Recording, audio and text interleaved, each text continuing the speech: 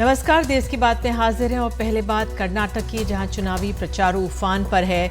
BJP के दिग्गज रैलियों में जुटे हैं। प्रधानमंत्री 6 दिनों में 22 रैलियां करने जा रहे हैं, तो कांग्रेस के नेता भी प्रचार में जुटे हैं। प्रियंका गांधी, राहुल गांधी के साथ मुख्यमंत्री अशोक गहलोत भी मैदान में उतरे हुए हैं और सभी चुनावी वायदे भी कर रहे हैं। तो इन चुनावी वादों में महिलाओं का अहम स्थान देखा जा सकता है। बीजेपी ने आज अपने घोषणा पत्र या प्रजाध्वनि में कुछ बातें हम सामने रख रहे हैं। 30 लाख महिलाओं को मुफ्त बस पास की बात कही है। महिला एसटी एससी घरों के लिए 10,000 का फिक्स डिपॉजिट की बात कही है। बीपीएल परिवारों को रोज आधा किलो नंदिनी दूध और बीपीएल परिवारों को हर साल मुफ्त 3 गैस सिलेंडर। बीपीएल परिवार को हर महीने 5 किलो श्री अन्न श्री धन्य राशन किट दिया जाएगा। उधर कांग्रेस ने भी महिलाओं के लिए वायदे किए हैं। हर गृहिणी के लिए 2,000 रुपए महीने में दिए जाएंगे। इससे 1.5 करोड़ महिलाओं को लाभ मिलेगा। अन्न भाग्य योजना के तहत 15 किलो चावल बीपीएल परिवारों को दिया जाएगा। तो बहरहाल ये कुछ ही वादे जिनका जिक्र हम सामने कर रहे हैं, लेकिन इनसे महिला वोटरों पर उनको फायदा मिलता है। महिला वोटरों की अहमियत समझते हैं और इन कर्नाटक विधानसभा चुनावों में देखें तो आधी सीटों में महिला मतदाताओं की संख्या 50% को पार कर गई है। कर्नाटक में करीब 112 सीट में महिला वोटरों की तादाद 50% से ज्यादा है। 224 विधानसभा सीटों में से 112 सीटें। 2018 में ऐसी करीब 67 सीटें थीं, यानी करीब 30% माना जाए। अब पिछले 5 सालों में महिलाओं का जो अनुपात भी है कर्नाटक में बढ़ा है। 1000 में अगर कहें तो 973 से बढ़कर अब 989 हो गया है। मैंगलोर शहर की बात करें तो यहाँ की जो दक्षिण सीट है वहाँ पे महिलाओं का अनुपात तो बढ़ ही गया है, 1091 हो गया है। महिलाओं के बाहर निकलकर वोट आने में भी बढ़ोतरी देखी गई है। 2013 में अगर 70.47% ने वोट किया था, तो बढ़कर 2018 जो पिछले चुनाव थे उसमें 71.53% हो गया। तो महिलाओं की तादाद 112 सीटों में जो ग्रामीण इलाके हैं वहां पर देखा गया ज़्यादा बड़ी है, जो 34 जिलों में 28 सीट्स में फैला हुआ है, जिलों में फैली हुई है। तो आज यही समझते हैं कि महिला वोटर कितनी महत्वपूर्ण है। और हमारे साथ बात करने के लिए बीजेपी की प्रवक्ता कर्नाटक से डॉक्टर सुधा आर हल्काई हैं और साथ ही सुजाता पॉल कांग्रेस की समर्थक हमारे साथ हैं। दोनों को आपका बहुत बहुत धन्यवाद जुड़ने के लिए। तो डॉक्टर सुधा, अगर मैं पहले आप ही से जानूं समझूं, ये जो महिला वोटर है बहुत अहमियत रखती है हर चुनाव में, लेकिन आज हम कर्नाटक की बात कर रहे हैं, इसमें काफी अहम है। सभी को नमस्ते। मैं समझती हूँ कि खाली इलेक्शन के टाइम पे महिलाओं को वोट का महत्व नहीं है। हर एक दिन में, हर एक रोज हमारे जिंदगी में महिलाओं का बहुत बड़ा नेतृत्व है और इसकी वजह से हम देख सकते हैं कि हमारी भारतीय जनता पार्टी ने महिलाओं को अधिकतर फैसिलिटीज दिया था एंड उसकी वजह से 2019 में मैक्सिमम लेडीज जो है, महिलाएं जो है वोट करे थे। जो इतने साल के जो अगर हम हिस्ट्री लेते हैं, डाटा लेते हैं, तो 2019 में maximum womens have been voting करे हैं। और कर्नाटक में मैं ये बहुत गर्व से और खुशी से मैं बोलना चाहती हूँ कि हमारी सरकार ने 5 साल में 1 करोड़ 20 लाख महिलाओं से ज्यादा बेनिफिट्स उनको दिया है। मतलब जो भी सरकार की तरफ से जो भी फैसिलिटीज थे, तो इतने 1 करोड़ 20 लाख महिलाओं ने उसका सबका उपयोग हुआ है और उनको फैसिलिटीज मिला है। तो उसकी वजह से महिलाएं यहाँ पे बहुत खुश है और महिलाओं को अधिक से अधिक तक फैसिलिटीज उनको दिया गया है, चाहे उनका हेल्थ का ले लीजिए, चाहे शिक्षण का ले लीजिए, या उनका उद्योग का ले लीजिए, या टेक इट एनी सेक्टर, मतलब कौन से भी आप जीवन के सेक्टर में ले लेते तो उनको पहले से पहले फैसिलिटीज दिया गया है।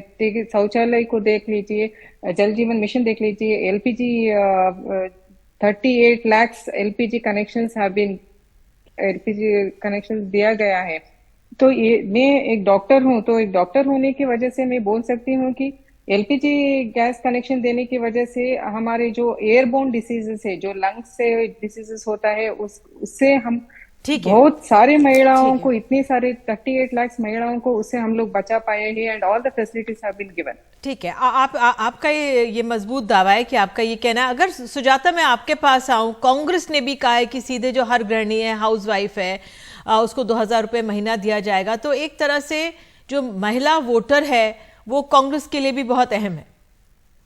निश्चित तौर पर, और महिला आधी आबादी है, और जैसा कि आपने आंकड़े अभी खुद ही बताए हैं कि आधी जो सीट्स हैं 112, उसमें महिला वोटर्स जो हैं वो अब 50% से ज्यादा हो गई हैं।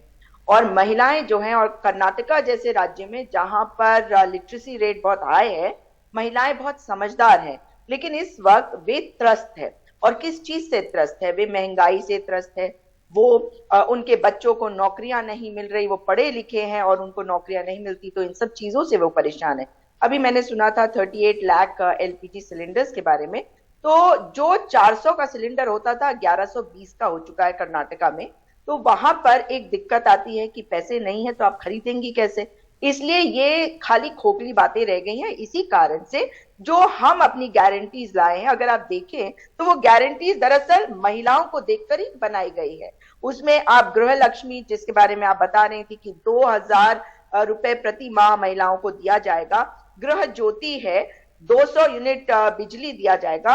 तो ये जो महंगाई से त्रस्त जनता है उसमें तो एक उनको तो मदद होगी, खास करके महिला को, जिसे अपना घर चलाने के लिए तरह तरह के जोड़ तोड़ करने पड़ते हैं। उधर उनके बच्चों को युवा निधि के तहत 3,000 रुपए उनके ग्रेजुएट बच्चों को दिए जाएंगे, और 10 किलो चावल बीपीएल परिवारों को दिया जाएगा, जिससे महिलाएं सशक्त भी होंगी। लेकिन इसके साथ साथ हमने मुफ्त के बस राइड्स जो है, महिलाओं को बस पे ट्रैवल करने के लिए मुफ्त कर दिया है।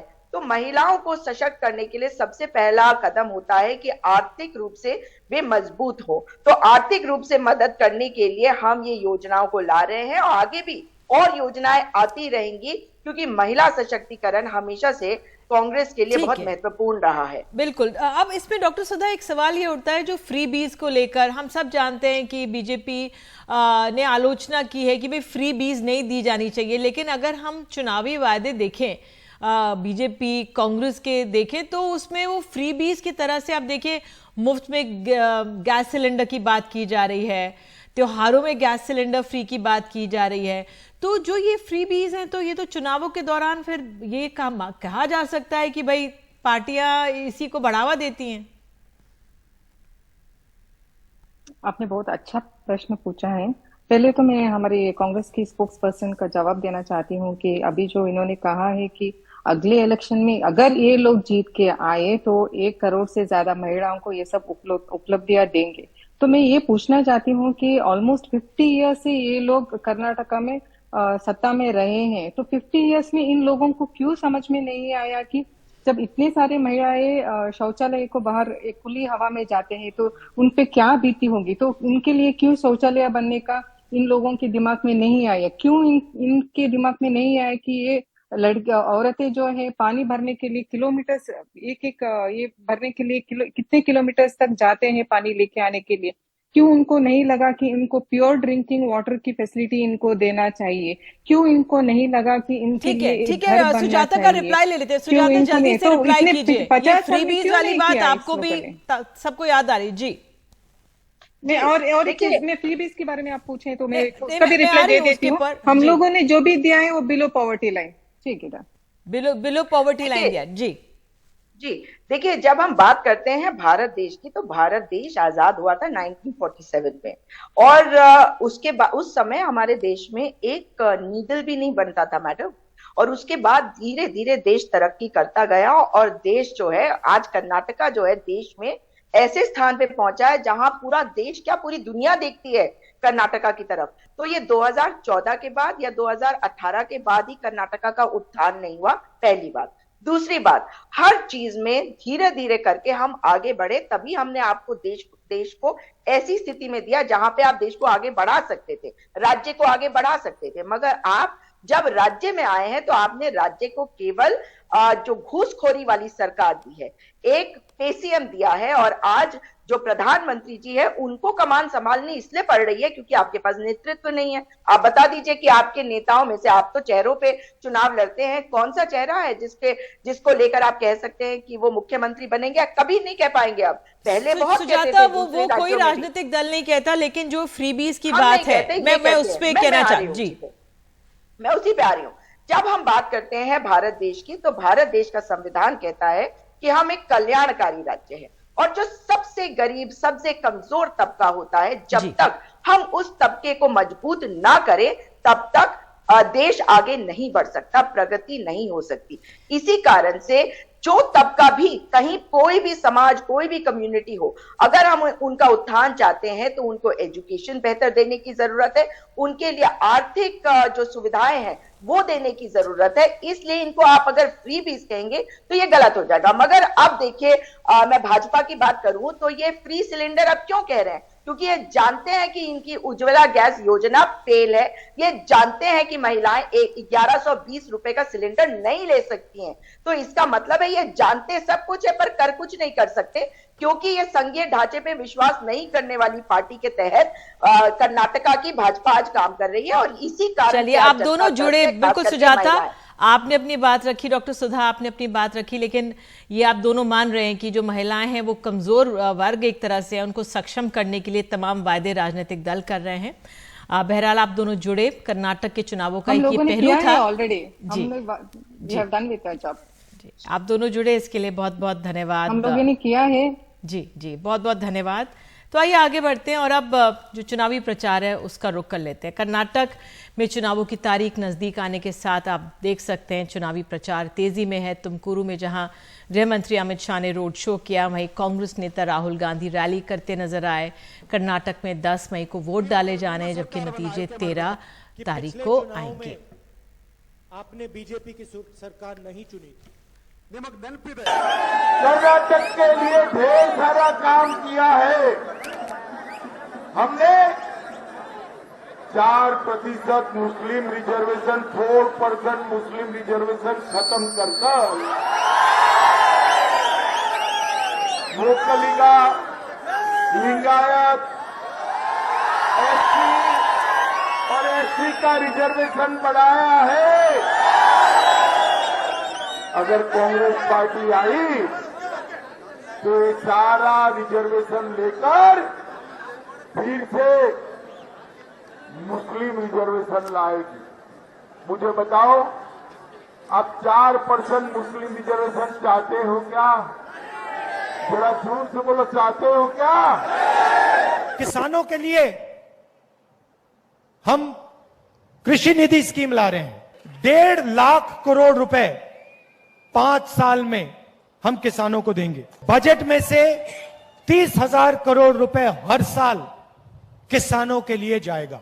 और यहां पे जो कोकोनट फार्मर्स हैं और अरेका नट के फार्मर्स हैं उनको हम एमएसपी देंगे। और जो आज दूध पे सब्सिडी होती है 5 रुपए की होती है, उसको हम 7 रुपए तक बढ़ा देंगे। तुम्हारे साथ हमारे सहयोगी निहाल किदवई मौजूद है। निहाल, आप तो करीब नजर रख रहे हैं, तो आज क्या खास रहा जो चुनावी प्रचार उफान पर है? देखिए, आज की बात अगर हम करें तो प्रधानमंत्री नरेंद्र मोदी ने कहा था कि फ्री बीज देश के लिए अच्छा नहीं है, लेकिन चूंकि जेडीएस और कांग्रेस दोनों ने फ्री बीज बांटे हैं, तो ऐसे में अब जो मैनिफेस्टो जारी किया है बीजेपी ने इन चुनावों के लिए, उसमें उन्होंने भी कुछ फ्रीबीज की घोषणा की है। साथ ही साथ उन्होंने ये भी कहा है कि एनआरसी और यूनिफॉर्म सिविल कोड को भी लागू किया जाएगा। मंदिर को और ज़्यादा, मंदिर के जो यूनियंस हैं, उनके जो संगठन हैं, उनको और ज़्यादा शक्तिशाली बनाने की बात कही है। साथ साथ ये भी कहा है कि कम्युनलिज्म को रोकने के लिए, कट्टरता को रोकने के लिए एक अलग से विंग बनेगा। इस पर लोगों ने सवाल पूछा कि क्या वाकई कर्नाटका में कट्टरता इतनी बढ़ गई है कि पुलिस फोर्स के अंदर एक अलग से विंग बनाने की ज़रूरत है? तो ये सारे सवाल उठे, लेकिन यहाँ पर बीजेपी, कांग्रेस और जेडीएस के कई बड़े नेता अपने अपने क्षेत्रों में चुनाव प्रचार करते हुए आपको दिख जाएंगे। जैसे कि सेंट्रल कर्नाटक में आप देखिए कि वहाँ पर अमित शाह प्रचार प्रसार कर रहे हैं। ये जो इलाके हैं सेंट्रल यानी केंद्रीय कर्नाटक के 4 जिले हैं जिसमें 25 सीटें हैं और उन 25 सीटों में 21 सीटें 2018 में बीजेपी ने जीती थी, 4 सीटें कांग्रेस ने जीती थी। लेकिन यहाँ पर एक चीज़ महत्वपूर्ण है कि ये लिंगायतों का इलाका है। यहाँ पर किस तरह का रिस्पांस इस बार बीजेपी को मिलता है, ये भी तय करेगा कि बीजेपी यहाँ पर सरकार बना पाएगी या नहीं बना पाएगी। एक तरफ लिंगायतों में नाराज़गी है बीजेपी को लेकर के, ये बात कही जा रही है, कई प्लेटफॉर्म पर ये बात सामने आई है। मुख्यमंत्री, बहुत ही शक्तिशाली मुख्यमंत्री थे BS येडियुरप्पा, उनको हटाया गया। उसके बाद जगदीश शेट्टार को हटाया गया, उनको टिकट नहीं दिया गया। लक्ष्मण सावदी उप मुख्यमंत्री थे, उनको टिकट नहीं दिया गया। तो लिंगायतों की नाराजगी अपनी जगह पर है, लेकिन इसी इलाके में एक और डेवलपमेंट जो हुआ उससे भी लिंगायत नाराज है। विरूपक्षा नाम के एक वरिष्ठ लिंगायत के घर पर छापामारी हुई, उनके दफ्तर में छापामारी हुई, विरूपक्षा को गिरफ्तार किया गया, उनके बेटे को गिरफ्तार किया गया। ये बीजेपी के वरिष्ठ लिंगायत नेताओं में से एक है। येडियुरप्पा के काफ़ी नज़दीक जाने जाते हैं और उत्तर कर्नाटक में इनकी भी अच्छी पकड़ है। भले ही चर्चा भले ही कम हो, लेकिन काफ़ी इनकी पकड़ है। और ऐसे में जब सत्ता में बीजेपी है और सत्तारूढ़ दल के एक विधायक पर, वो भी लिंगायत विधायक के घर पे जब छापामारी हुई, इसको भी लेकर के एक विवाद हुआ, उस इलाके में काफ़ी नाराज़गी है। तो ये सारे मुद्दे हैं यहाँ पर, ये सारी बातें यहाँ पे चल रही हैं। राहुल गांधी का रोड शो चल रहा है, यहाँ पर अमित शाह अपना रोड शो कर रहे हैं, सब अपनी अपनी बातें रख रहे हैं यहाँ पर।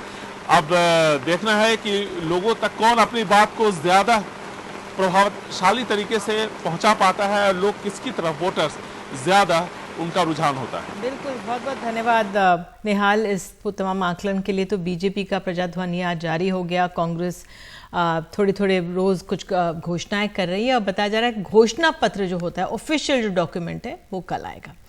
बहरहाल आइए आगे बढ़ते हैं।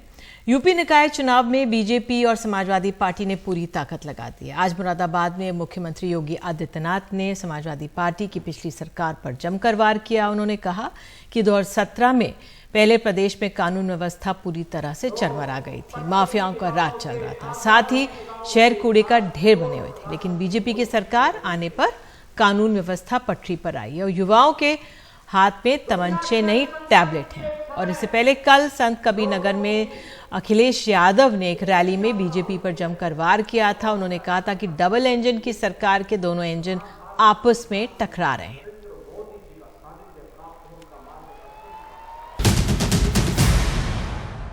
17 के पहले की स्थिति क्या थी? हमारे नगर कूड़े के ढेर माने जाते थे, जगह जगह गंदगी के ढेर होते थे, व्यापारियों से रंगदारी वसूली होती थी। हमारा व्यापारी, हमारी बेटियां सुरक्षित बाहर नहीं निकल पाती थी, असुरक्षा का माहौल था। पर्व और त्योहार आते थे, दंगों का एक माहौल बन जाता था, भय और दहशत का माहौल बन जाता था। और प्रदेश के अंदर हमारी युवा शक्ति, जो भारत की सबसे बड़ी ताकत है, हमारी सबसे बड़ी ताकत है, उस युवा शक्ति को पढ़ने की बजाय पार्टी विशेष के लोग उनके हाथों में तमंचे पकड़वाते हैं। भाइयों बहनों, आज युवाओं के हाथों में तमंचा नहीं, उत्तर प्रदेश में युवा के हाथ में टैबलेट है, टैबलेट। 2 करोड़ युवाओं को हम टैबलेट दे रहे हैं। प्रधानमंत्री के आवास के पास उनके वाईफाई को इस्तेमाल करने वाले पर छापा पड़ा है। जो प्रधानमंत्री आवास के पास कोई रहता है, बड़ा दमदार आदमी है, कोई रहता है, उस पर एसटीएफ ने छापा मारा। ये बात हमें समझ में नहीं आ रही है कि बताओ, एसटीएफ यूपी की दिल्ली में छापा मार रही है और दिल्ली की इनकम टैक्स गोरखपुर में छापा मार रही है। कहीं ऐसा तो नहीं कि डबल इंजन आपस में टकरा रहे हो, एक दूसरे को टक्कर मार रहे हो।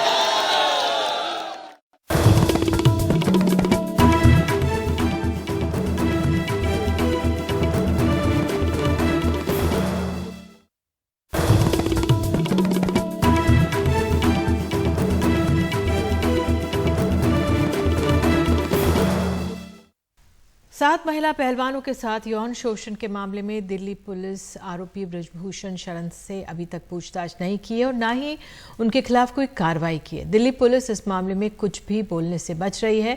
वहीं उनकी गिरफ्तारी को लेकर महिला पहलवानों के धरने का आज 9वां दिन जंतर मंतर पर जारी है।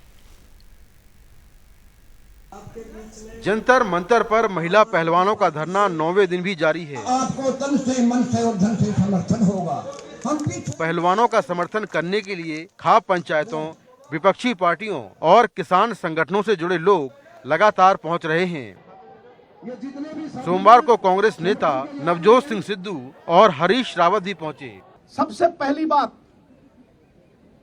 कार्रवाई दोषी पे नहीं, उस अफसर पे भी कीजिए जिसने 10 दिन एफआईआर दर्ज नहीं की, और वो जो कॉग्निजेबल ऑफेंस प्रूवन हो गया है तो फिर उसकी ऑप्शन नहीं है, उसे एफआईआर दर्ज करनी पड़ेगी, और अगर वो नहीं करता तो 166 के तहत 2 साल कैद भी हो सकती है। रेजिग्नेशन होना चाहिए, इंटेरोगेशन होनी चाहिए, और सबसे बड़ी बात, अरेस्ट करके कस्टोडियल इंटेरोगेशन। जंतर मंतर से एक बार फिर महिला पहलवानों की तरफ से भारतीय कुश्ती संघ के अध्यक्ष बृजभूषण शरण सिंह को गिरफ्तार करने की मांग की गई।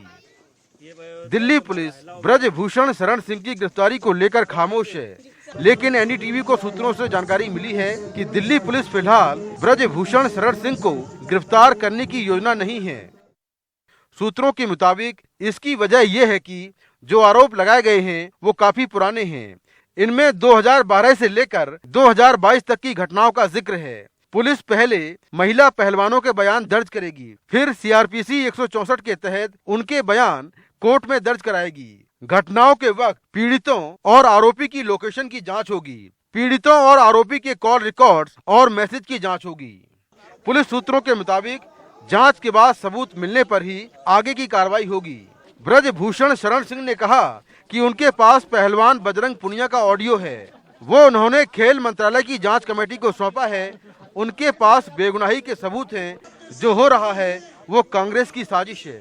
मेरे इस्तीफा देने से वो घर चले जाते हैं, आराम से सोते हैं, तो मुझे कोई दिक्कत नहीं है। अरे तो शुरू से स्पष्ट है भैया जी, ये खिलाड़ी खिलौना बन गए हैं कांग्रेस के हाथों का और विपक्षी दलों के हाथों का। ये इस्तीफा इनका उद्देश्य नहीं है, इनका राजनीति है। किसान नेता राकेश टिकैत भी मंगलवार को पहलवानों का समर्थन करने जंतर मंतर पहुंचेंगे। किसी आम महिला की शिकायत पर कोई आम आरोपी अभी तक गिरफ्तार हो गया होता, लेकिन इस मामले में शिकायतकर्ता अंतर्राष्ट्रीय पहलवान है और जिस पर आरोप है वो काफी रसूखदार है, बीजेपी का नेता है।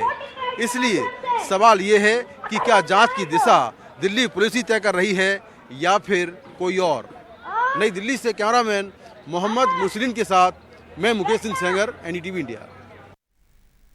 और अब बात देश की सुरक्षा से जुड़ी हुई। पुंछ हमले को लेकर लगातार नए खुलासे हो रहे हैं। एक तरफ केंद्र सरकार ने 14 ऐप बैन किए हैं जिनके जरिए आतंकी गुट सूचनाओं का लेन देन कर रहे थे। वहीं जम्मू कश्मीर पुलिस अभी तक 6 लोगों को हिरासत में उसने ले लिया है।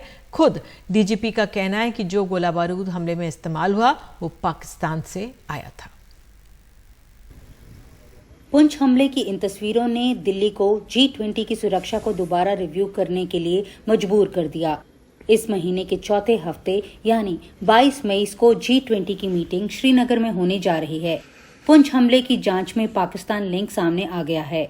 शुरुआती जांच में पता चला है कि रजौरी पुंछ इलाके में 9 से 12 विदेशी आतंकवादी सक्रिय हो सकते हैं, जिन्होंने हाल ही में घुसपैठ की हो सकती है।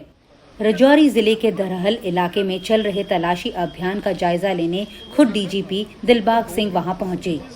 तो आप पूछ रहे थे कि पाकिस्तान की एजेंसीज का हाथ कैसे है, तो जब इनकी हर सप्लाई ड्रोन के जरिए इन तक पहुंचाने की कोशिश की जा रही है, लोकल सपोर्ट जहां इनको मजबूरी है वो लोकल सपोर्ट लेती है, मगर बहुत सारा सामान इनका पार से असला, अम्युनिशन, राशन पानी और बाकी चीजें, पैसे, कैश पार से ड्रोन के जरिए भी इन तक पहुंचाया जा रहा है।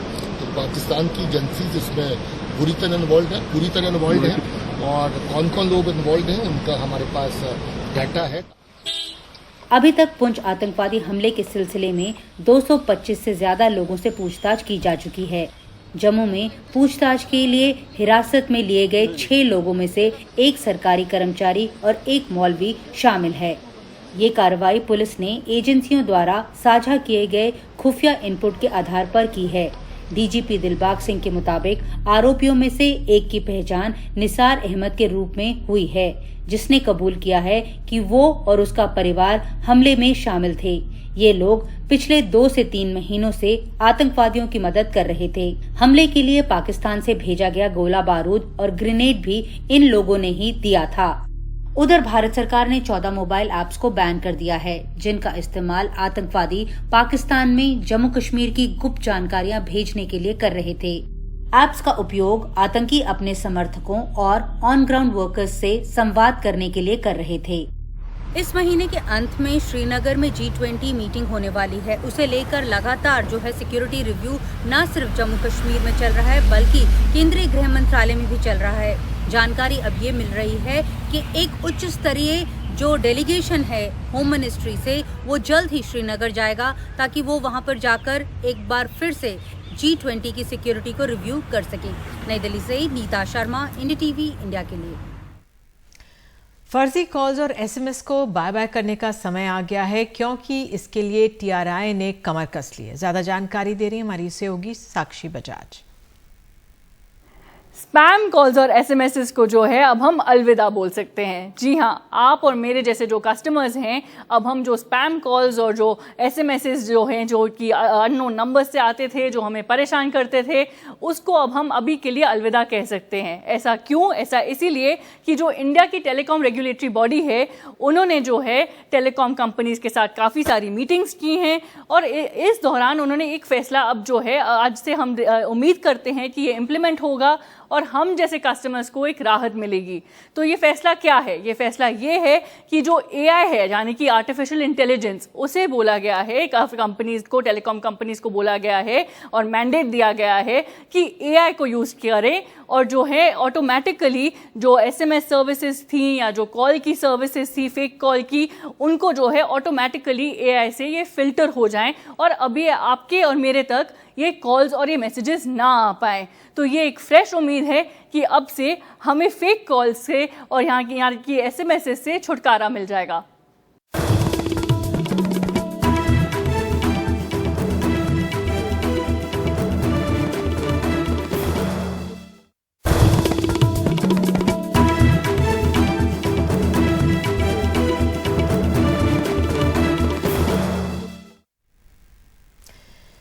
एक मई को मजदूर दिवस के मौके पर महाविकास अघाड़ी का मुंबई में शक्ति प्रदर्शन हो रहा है। इस रैली में बीएमसी चुनाव को लेकर एमबीए की तैयारियों के तौर पर देखा जा रहा है।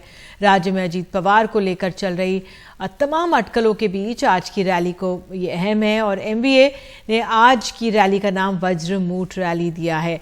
हमारे सहयोगी सोहित मिश्र हमारे साथ मौजूद हैं। सोहित, वहां से क्या जानकारी, कौन कौन नेता पहुंचे, क्या क्या इससे संदेश देना चाह रही है महाविकास अघाड़ी? जी देखिए, अगर मंच की तरफ आप ध्यान दें तो अभी जो रैली है उसकी शुरुआत की जा रही है और यहाँ पर बड़े पैमाने पर अभी देखिए आदित्य ठाकरे पहुँच चुके हैं, संजय राउत पहुँच चुके हैं, छगन भुजबल अभी पहुँचे हैं। एक एक कर जितने भी बड़े नेता हैं उनके पहुँचने का जो दौर है वो शुरू है और रैली की शुरुआत की जा रही है। और इस रैली के जरिए किस तरह से जो विपक्ष है वो एकजुट है ये बताने की कोशिश होगी, क्योंकि कई कयास लगे थे हाल ही में जिस तरह से अजित पवार को लेकर कई सवाल उठ रहे थे, उस सब के बीच में अब इस रैली में ये बताने की कोशिश है कि महाविकास आघाड़ी एक साथ है। जो आप मेरे पीछे आवाज सुन रहे हैं उससे ये पता चल रहा है और यही कह रहे हैं वो कि जो वज्रमूठ सभा है उसकी शुरुआत हो रही है। 1 मई महाराष्ट्र दिन भी है और ऐसे में आज इस सभा से उद्धव ठाकरे, क्योंकि मुंबई में हो रहा है, यहाँ पर आखिरी जो भाषण होगा वो उद्धव ठाकरे देंगे और इस सभा से कोशिश होगी उनकी ये बताने की कि अभी भी जो लोगों का समर्थन है वो उनके साथ में है। पिछले 25 सालों से बीएमसी में वही सत्ता में थे, लेकिन अब शिवसेना क्योंकि उनके पास नहीं रह गई है, नहीं नाम नहीं चुनाव चिन्ह, ऐसे में भी वो बताना चाहते हैं कि इसके बावजूद बड़े पैमाने पर जो लोगों का समर्थन है वो उनके पास है। हर एक पार्टी के दो नेता बात करेंगे। कांग्रेस के 2 नेता, उसके बाद एनसीपी के 2 नेता और शिवसेना के 2 नेता यहाँ पर, शिवसेना उद्धव बाला साहेब ठाकरे ग्रुप के 2 नेता बात करेंगे। अजित पवार खुद यहाँ पर शामिल रहने वाले हैं और उनके साथ ही और भी एनसीपी, कांग्रेस और शिवसेना उद्धव बाला साहेब ठाकरे के सभी बड़े नेता रहेंगे।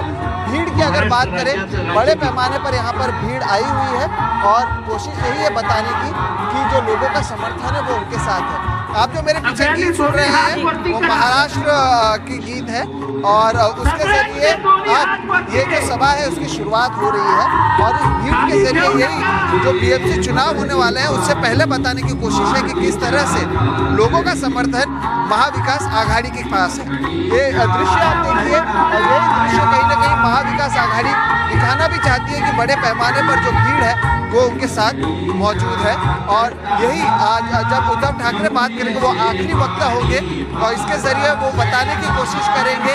विपक्ष सरकार पर तो हमला करेंगे ही, लेकिन दूसरी तरफ जिस तरह से भी हाल ही में एपीएमसी चुनाव हुए तो वहाँ पर भी महाविकास आघाड़ी ने अच्छा प्रदर्शन किया, उसका भी जिक्र उनकी ओर से किया जाएगा।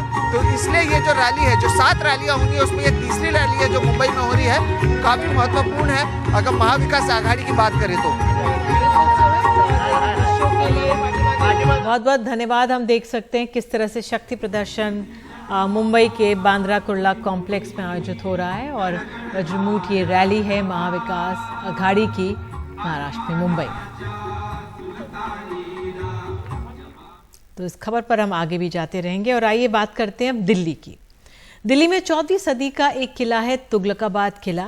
आर्कियोलॉजिकल सर्वे ऑफ इंडिया द्वारा संरक्षित इस किले में छोटी मोटी छेड़छाड़ करना भी जुर्म है, लेकिन यहाँ एक पूरी कॉलोनी बस गई। अब क्या हो रहा है, देखिए ग्राउंड रिपोर्ट।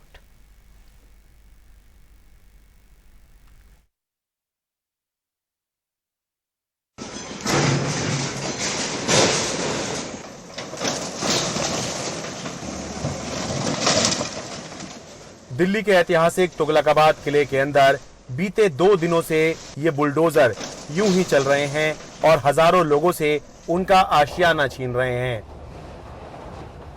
दरअसल 2014 के बाद से तुगलकाबाद किले के अंदर खाली पड़ी जमीन पर प्लॉट काटे गए और अवैध निर्माण हुआ। इसका नाम बंगाली कॉलोनी पड़ गया। इस कॉलोनी में ज्यादातर दिहाड़ी पर काम करने वाले, घरों में काम करने वाले या छोटा मोटा व्यवसाय करने वाले लोग रहते हैं। लोग बता रहे हैं कि डीलरों ने उनको ये कहकर प्लॉट बेचा कि जमीन उनकी है, कोई दिक्कत नहीं होगी, लेकिन उनके साथ धोखा हुआ। तो आपने जमीन खरीदी थी यहाँ पर? हाँ जी, हाँ जी। अच्छा, तो क्या कोई रजिस्ट्री वगैरह भी हुई आपकी? कुछ भी नहीं है सर। अच्छा, रजिस्ट्री नहीं है, बस केवल आपको ये कह के बेच दी कि किसी ने कहा कि ये मेरी जमीन है, मैं बेच रहा हूँ आपको। हाँ जी, हाँ जी। अच्छा, तो ये करके कितने में आपका जमीन आपने खरीदी, कितने का वो है आपका? सर जमीन तो हमने 6 लाख रुपए खरीदी थी और बनाने में लग गया पैसे। अच्छा, 6 लाख रुपए की जमीन खरीदी थी। कितना खरीदा था आपने? हमने खरीदा था 50 गज खरीदा था आपने। आपने कब खरीदी यहाँ पर जमीन? यहाँ पे मुझे लमसम 8 साल हो गए खरीदे हुए। 8 साल पहले आपने खरीदी थी। तो कितने में कितनी जमीन खरीद ली थी आपने? जी, मैंने लिया था उस वक्त 7,500 रुपये गज। अच्छा। और पुलिस वाले ने लिया था 1000 रुपये गज और किले वाले ने लिए थे 500 रुपये गज बनाने का। मतलब पता आपको भी था कि यहाँ पर ये जगह सही नहीं है? सही नहीं है, पर पुलिस वाले और यहाँ के डीलर यकीन दिला रहे थे कि नहीं टूटेगी। पुलिस वाले यकीन के साथ बोल रहे थे कि मुझे 1000 रुपये गज दो, नहीं टूटेगी, ऐसी कोई दिक्कत नहीं आएगी। किले वाले 500 रुपये गज लेते थे, बोलते थे ऐसी कोई दिक्कत नहीं आई, इतनी बड़ी बस्ती पीछे बस गई तो इधर भी बसी जाएगी, नहीं टूटेगी।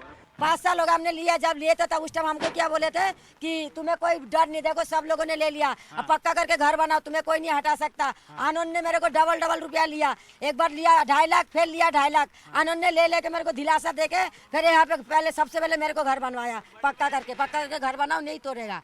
अब जब ये जो हिसाब किया उनने जो तोड़ा, इनको उन लोगों को सजा देना चाहिए ना। आपका भी मकान टूटा है या टूट चुका है? दो टूट गया, मेरा 2 टूटा है। आपके 2 मकान टूटे हैं? हाँ जी, एक लड़की का, एक मेरा। अच्छा, आपकी बेटी का भी और आपका दोनों का टूट गया? हाँ, दोनों का टूट गया। अच्छा, तो ये बताइए आपने मकान यहाँ क्यों बनाया जब किले के अंदर की जमीन है, एएसआई की जमीन है, मकान क्यों बनाया आपने? तो डीलर ने बेच दिया तो इसलिए हम लोग खरीद के बनाए, गरीब आदमी पेट काट के बोलिए हम लोग जमीन खरीद के उसके बाद बनाए। पैसा बहुत मेहनत करके लाए हम लोग, पेट काट के बनाए जमीन। 14वीं सदी में तुगलक वंश के संस्थापक गयासुद्दीन तुगलक ने ये किला बनवाया था। किले को एएसआई यानी भारतीय पुरातत्व सर्वेक्षण ने संरक्षित घोषित किया है और इसमें किसी भी तरह की छेड़छाड़ पर 2 साल की जेल और 1 लाख रुपए का जुर्माना हो सकता है। लेकिन किले के अंदर बाकायदा कॉलोनी बन और बस गई और सालों तक कोई कार्रवाई नहीं हुई। आखिरकार दिल्ली हाई कोर्ट सख्त हुआ और कुल 1248 मकानों को तोड़ने के निर्देश दिए। इसी के बाद एएसआई, एमसीडी, पुलिस प्रशासन लगातार 2 दिन से बुलडोजर की कार्रवाई कर रहे हैं। बहुत सोचने की बात है कि जिस ऐतिहासिक तुगलकाबाद किले में एक ईंट नहीं लग सकती, वहां पूरी की पूरी कॉलोनी बन गई, बस गई। अब जिन्होंने यहाँ मकान बनाए थे उनको तो सजा मिल गई, मकान टूट गए, टूट भी रहे हैं, लेकिन जिन्होंने मकान बनवाए जरूरी है उनकी जिम्मेदारी और जवाबदेही भी तय हो। तुगलकाबाद किले से अपने कैमरा सहयोगी करण पात्रा के साथ मैं शरद शर्मा, एनडीटीवी इंडिया।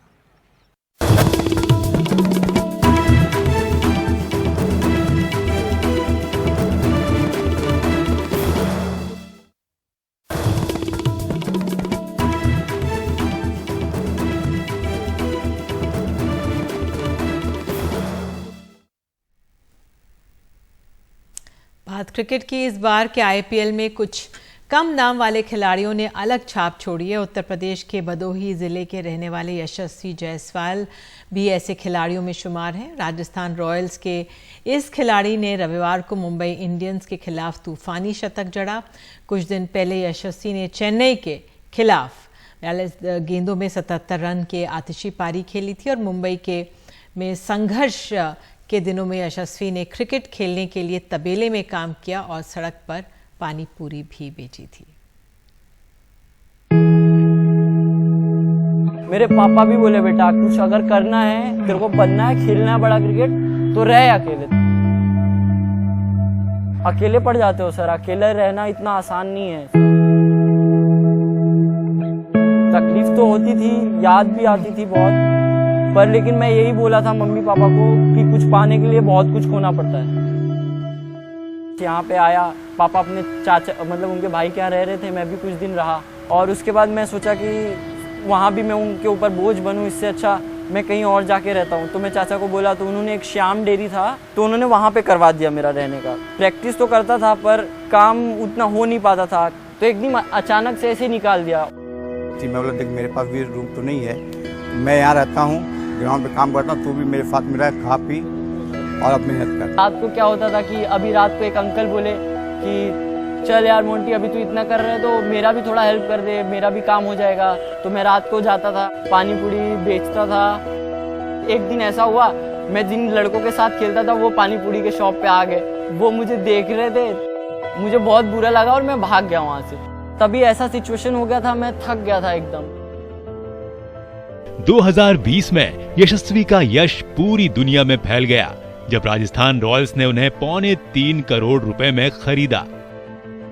जिन सड़कों पर सोते हुए यशस्वी ने सपने देखे थे, अब उन सड़कों पर उनके नाम की तस्वीरें हैं।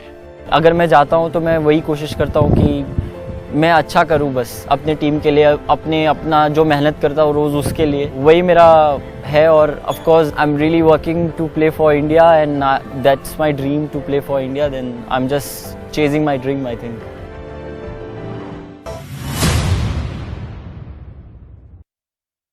और अब बात मौसम की। दिल्ली का तो मौसम बदल ही चुका है। बात उत्तराखंड की। जैसा कि पूर्वानुमान लगाया गया था, केदारनाथ धाम में सुबह से ही बर्फबारी होने लगी। इस इलाके में सुबह से ही बारिश थी और ऊंचे इलाकों में बर्फबारी हुई। फिलहाल तो 4 धाम यात्रा रोक दी गई है, लेकिन आगे के लिए भी जिला प्रशासन ने लोगों से अपील की है कि वो मौसम के पूर्वानुमान के हिसाब से ही आगे बढ़ें और यात्रा करें। बच्चों, बुजुर्गों को खास एहतियात बरतने की सलाह दी गई है। गुप्तकाशी में बारिश होने के साथ ही पूरी केदार घाटी में घना कोहरा छाया दिखा।